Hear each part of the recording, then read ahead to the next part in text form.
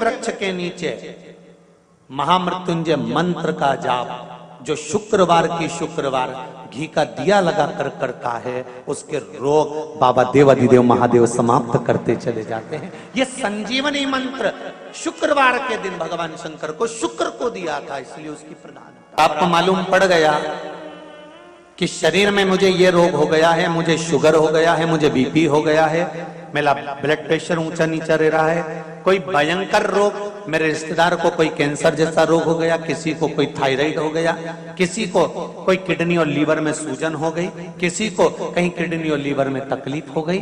तो शिव महापुराण की कथा कहती है, नवग्रह शिव महापुराण की कथा कहती है कि बेलपत्री के वृक्ष के नीचे महामृत्युंजय मंत्र का जाप जो शुक्रवार की शुक्रवार घी का दिया लगा कर करता है, उसके रोग बाबा देवाधिदेव महादेव समाप्त करते चले जाते हैं। ये संजीवनी मंत्र शुक्रवार के दिन भगवान शंकर को शुक्र को दिया था, इसलिए उस मंत्र में जल और दूध ले लीजिए शुक्रवार का दिन।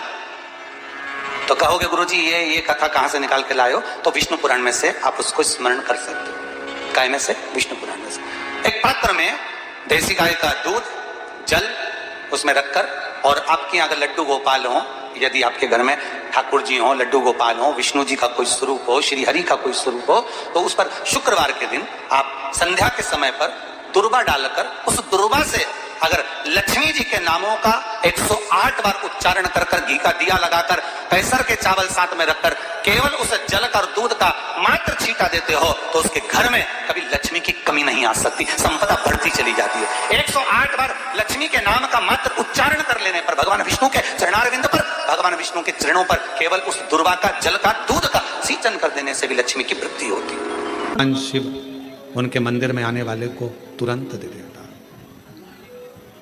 जल चढ़ाने वाले को 3 चीजें तुरंत मिल जाती। आप नहीं भी मांगे, आप यदि नहीं भी मांगेंगे तो भी वो 3 चीजें मिल जाती। पहले नंबर पर है शांति, दूसरे नंबर पर है दिशा, और तीसरे नंबर पर है सफलता। शांति और बहुत जरूरी है, मन की शांति। आप जब मन से भगवान देवाधिदेव महादेव के मंत्र का उच्चारण करते हैं, आप जब मन से भगवान शंकर के नाम का उच्चारण करते हैं, तब हृदय की शांति अपने आप आती है। इसलिए एक बार दिल से सब लोग पुकारेंगे, श्री शिवाय नमस्तुभ्यं, श्री शिवाय नमस्तुभ्यं। पति पत्नी में आपस में झगड़ा हो रहा हो, बहुत क्लेश रहता, बहुत ज्यादा, दोनों एक दूसरे का मुंह देखना पसंद ना करते, दोनों एक दूसरे के सामने ना आए, इतना क्रोध जिस पति पत्नी के आपस में रहता हो, अगर पत्नी एक सिंदूरा अगर शंकर जी के मंदिर से पार्वती जी को टच कर कर, पार्वती जी का स्पर्श कराकर सिंदूर उसमें भरकर उस सिंदूरे को अगर अपनी अलमारी में रख लेती है, जहां तैयार होती है उस अलमारी में रख ले, और भले वो मांग में लगा रही कि ना लगा रही, थोड़ा बहुत भी लगाया तो ठीक है, ना लगाए तो अलमारी में अगर रख भी ले, 20-22 दिन के अंदर हमको पत्र लिखकर बताना कि उसकी लड़ाई झगड़ा कम हुआ कि नहीं हुआ, उसका आपस में मेल बढ़ा कि नहीं।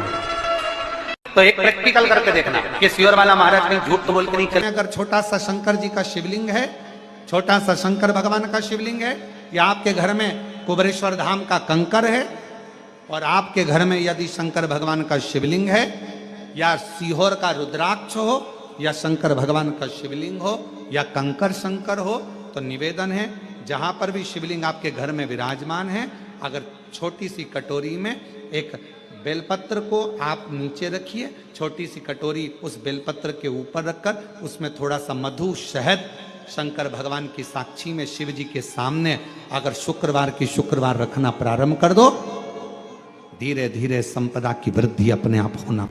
आपको पहले भी कथा में कहा, इंद्रदेव ने यह बात सामने रखी थी ब्रह्मा जी से कि ब्रह्मदेव भगवान शंकर से कहो कम से कम सीधे बैठ जाएं। भगवान बोले हम नहीं बैठेंगे सीधे।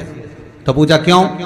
कि हमारा कोई बाप नहीं, हमारा कोई भाई नहीं, बारात कैसे देखेंगे? आगे से नंदी देखेगा, पीछे से हम देखेंगे। इसलिए नंदी पर उल्टे बैठे थे, शादी करने जा रहे थे, बिल्कुल उल्टे।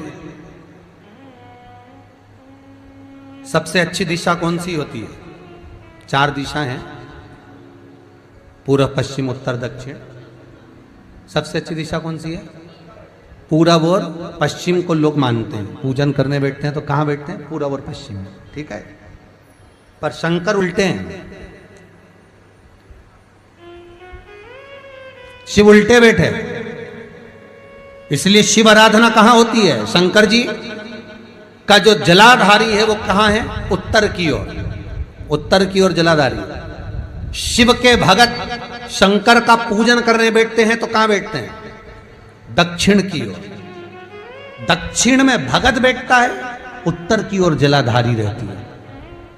महाराज देखिए कितनी विचित्र लीला है। पंडित जी आपको पूजन करने बिठाएंगे तो कहेंगे पूरा पश्चिम में बैठो, पंडित जी अगर बिठाएंगे तो कहेंगे पूरा पश्चिम में बैठो। पर शंकर का अनुमोदन करने वाला, शिव का स्मरण करने वाला, शंकर की पूजन करने वाला, शंकर को जल चढ़ाने वाला, अगर वो पूरब में बैठकर चढ़ा रहा है, पश्चिम में बैठकर चढ़ा रहा है, उत्तर में बैठकर चढ़ा रहा है, उसका फल मात्र 25% है। और शंकर को अगर दक्षिण में बैठकर उत्तर की ओर मुख कर जल चढ़ा रहा है तो उसका पुण्य 1000% है महाराज। उसका पुण्य आनंद में प्राप्त हो जाता है, उसको कम नहीं हो सकता, वो बढ़ता है, उसमें कमता नहीं रहती।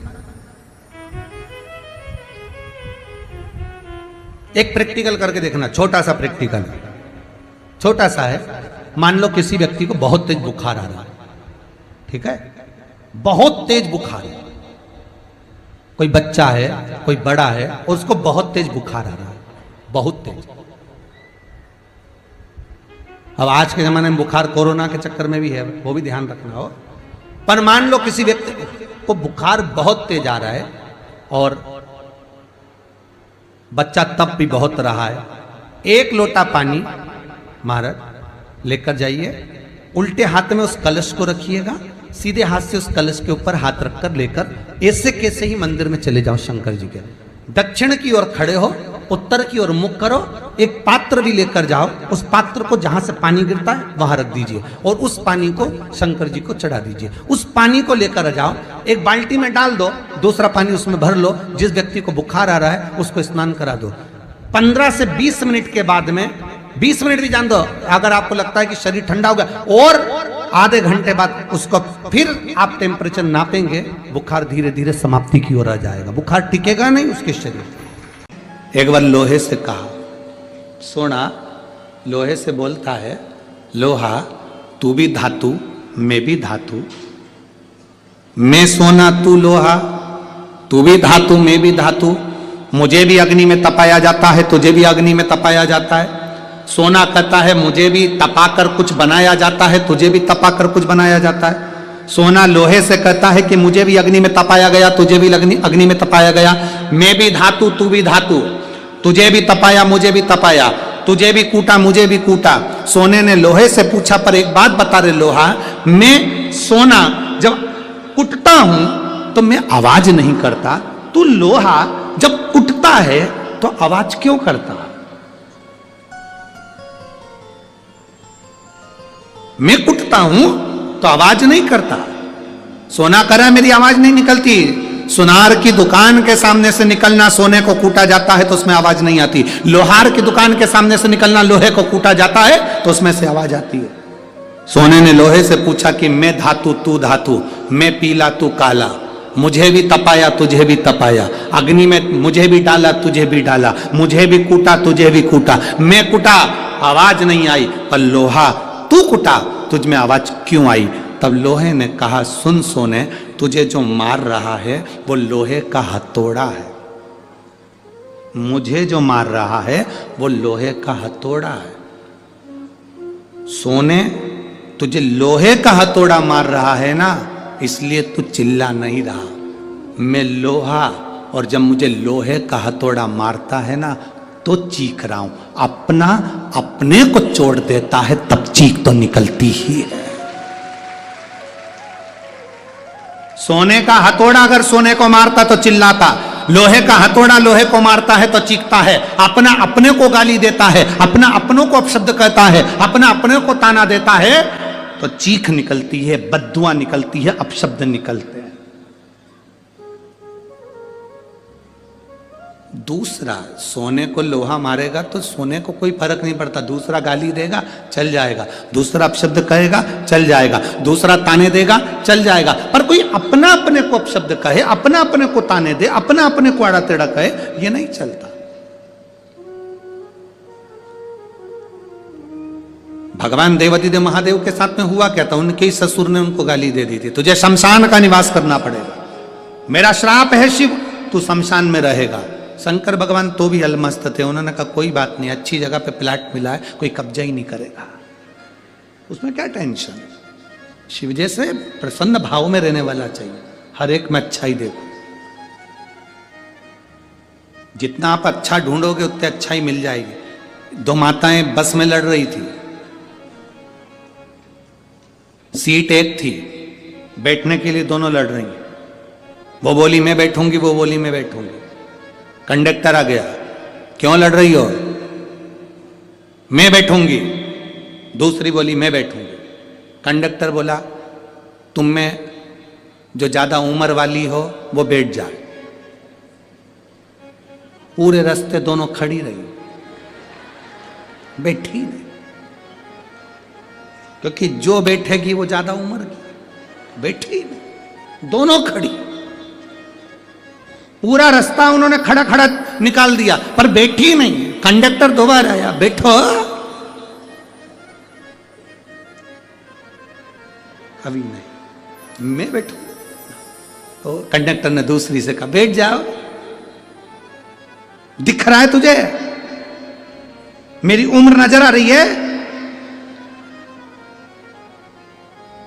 कंडक्टर ने फिर दूसरी से कहा तू बैठ जा,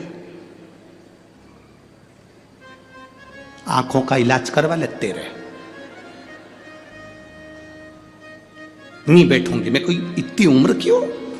कुर्सी पूरी खाली बस की, दोनों नहीं बैठी, इतने में एक दूसरा आ गया, चले गए। ये खड़ी की खड़ी बस की, किसी को मालूम ना पड़ जाए कि उम्र कितनी है।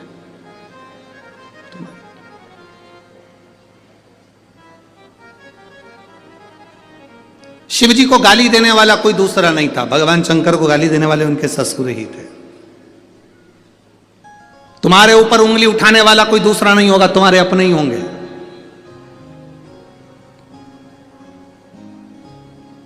कोई दूसरा नहीं होगा, तुम्हारे अपने। वो लोग चिल्लाते हैं ना, भैया जी संघर्ष करो हम तुम्हारे, अरे जम के तो बोलो, हम तुम्हारे साथ हैं, भैया जी संघर्ष करो हम तुम्हारे साथ हैं। अब इतनी तेज चिल्ला के करे संघर्ष करो हम तुम्हारे साथ हैं, अगर तुम साथ होते तो संघर्ष की जरूरत ही क्या पड़ती,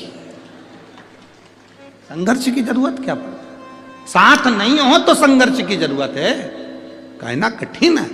शंकर भगवान को गाली देने वाला कोई दूसरा नहीं था, शिव जी को अपशब्द कहने वाला कोई दूसरा नहीं था, शंकर भगवान को आड़ा टेढ़ा कहने वाला कोई दूसरा नहीं था, स्वयं देवादिदेव महादेव को अपशब्द कहे उनके ससुर ने कहे, ए शिव मेरा श्राप है, तू शमशान में निवास कर। 5 स्थान शिव जी को चढ़े हुए जल को लगाने का। पहला स्थान बोलिए, जम के बोलो जरा, नेत्र। दूसरा स्थान कर्ण, तीसरा स्थान मस्तिष्क, चौथा स्थान कंठ और 5वां स्थान अपना हृदय।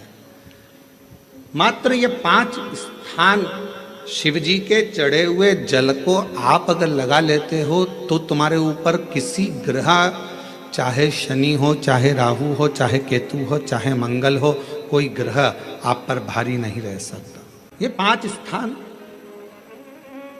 मेरे देवादिदेव महादेव की अविरल भक्ति के लिए, निर्मल शुद्धि के लिए है। नेत्रों पर जल लगाने से मतलब है कि जब भी मैं दर्शन करूं तो मेरे देवादिदेव महादेव का करूं, शिव जी।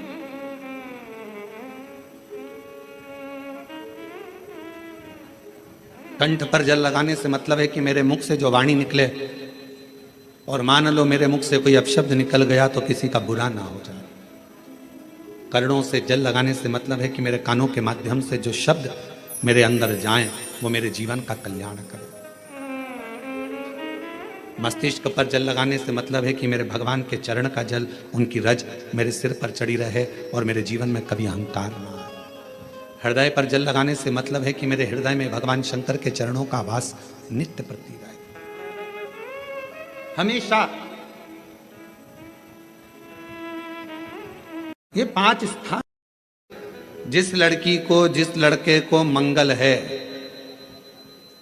और ब्राह्मण देवता ने यदि आपको कहा कि इनको मंगल है, इसकी शादी में देरी हो रही है, मंगल के कारण अगर शादी रुक रही है, देरी हो रही है, विवाह में देरी हो रही है, तो उस बेटी और बेटे को 3 महीना लगातार शिवजी पे चढ़े हुए जल को इन 5 स्थान पर लगाना प्रारंभ कर दे।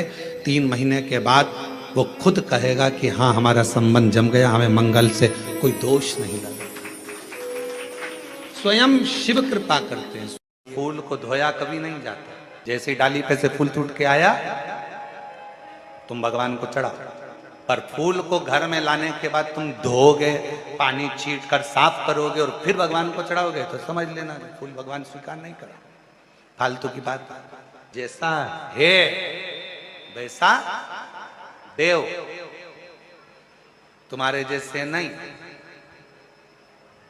नहाए तो खूब साबुन से मल मल कर, और मालूम पड़े मन रह गया बेकार, और सोचो कि भगवान कर ले स्वीकार, ये कभी नहीं हो सकता।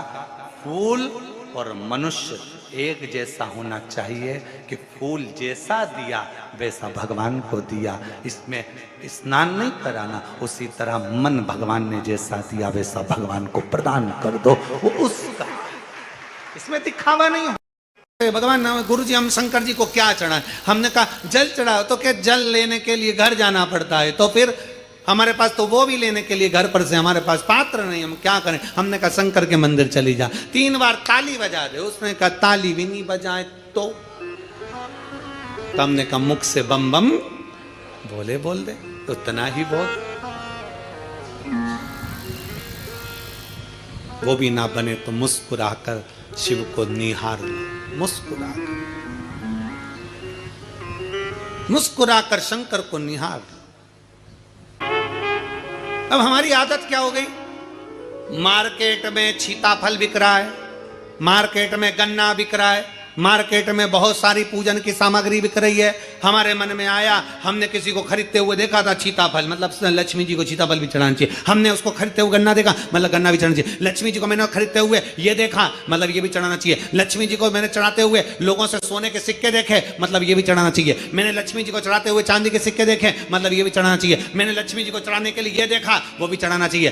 घर में सामर्थ्यता नहीं है और कर जाकर कर तुम सामान लेकर माता लक्ष्मी को चढ़ाओ, लक्ष्मी जी कभी प्रसन्न नहीं होगी। लक्ष्मी कहती है कि तेरे दिल से तू मुझे जैसा रिझा सकता है वैसे रिझाना। अगर तू केवल दीप लगा देगा ना, उतने में मैं भी खुश हो जाऊंगी और तेरा भंडार भर कर चली जाऊंगी। बहन भाई को तिलक करती है, माथे पर तिलक लगाने के बाद में चावल लगाती कि नहीं लगाती? बोलो, जम के बोलो जरा। लगाती है?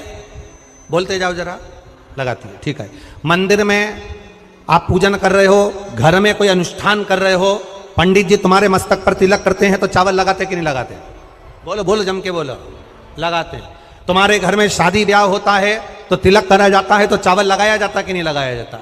लगाया जाता। सब समय पर चावल, मस्तक पर कंकु का तिलक, चंदन का तिलक, जो भी तिलक तुम्हारे मस्तक पर लगा है, कोई अगर लगाएगा शुभ कार्य में तो चावल जरूर लगाएगा। बस एक कार्य ऐसा होता है जिस समय पर मस्तक पर तिलक करा जाता है पर चावल नहीं लगाया जाता।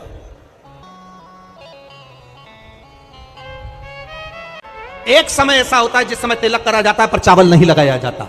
चावल का मतलब है अक्षय, मतलब बार बार भगवान ऐसा मौका लाए, बार बार भगवान ऐसी कृपा करे कि तुम ऐसा अनुष्ठान करते रहो, पुण्य करते रहो, सत्कर्म करते रहो, 16 सोमवार के व्रत करते रहो, चतुर्थी के व्रत करते रहो, तुम छठ की पूजन करते रहो, तीज का व्रत करते रहो, सोमवार का व्रत करते रहो। तुम्हारे घर में हमेशा ऐसे शुभ कार्य होते रहे। केवल अक्षय, अक्षत एक जगह पर नहीं लगाया जाता।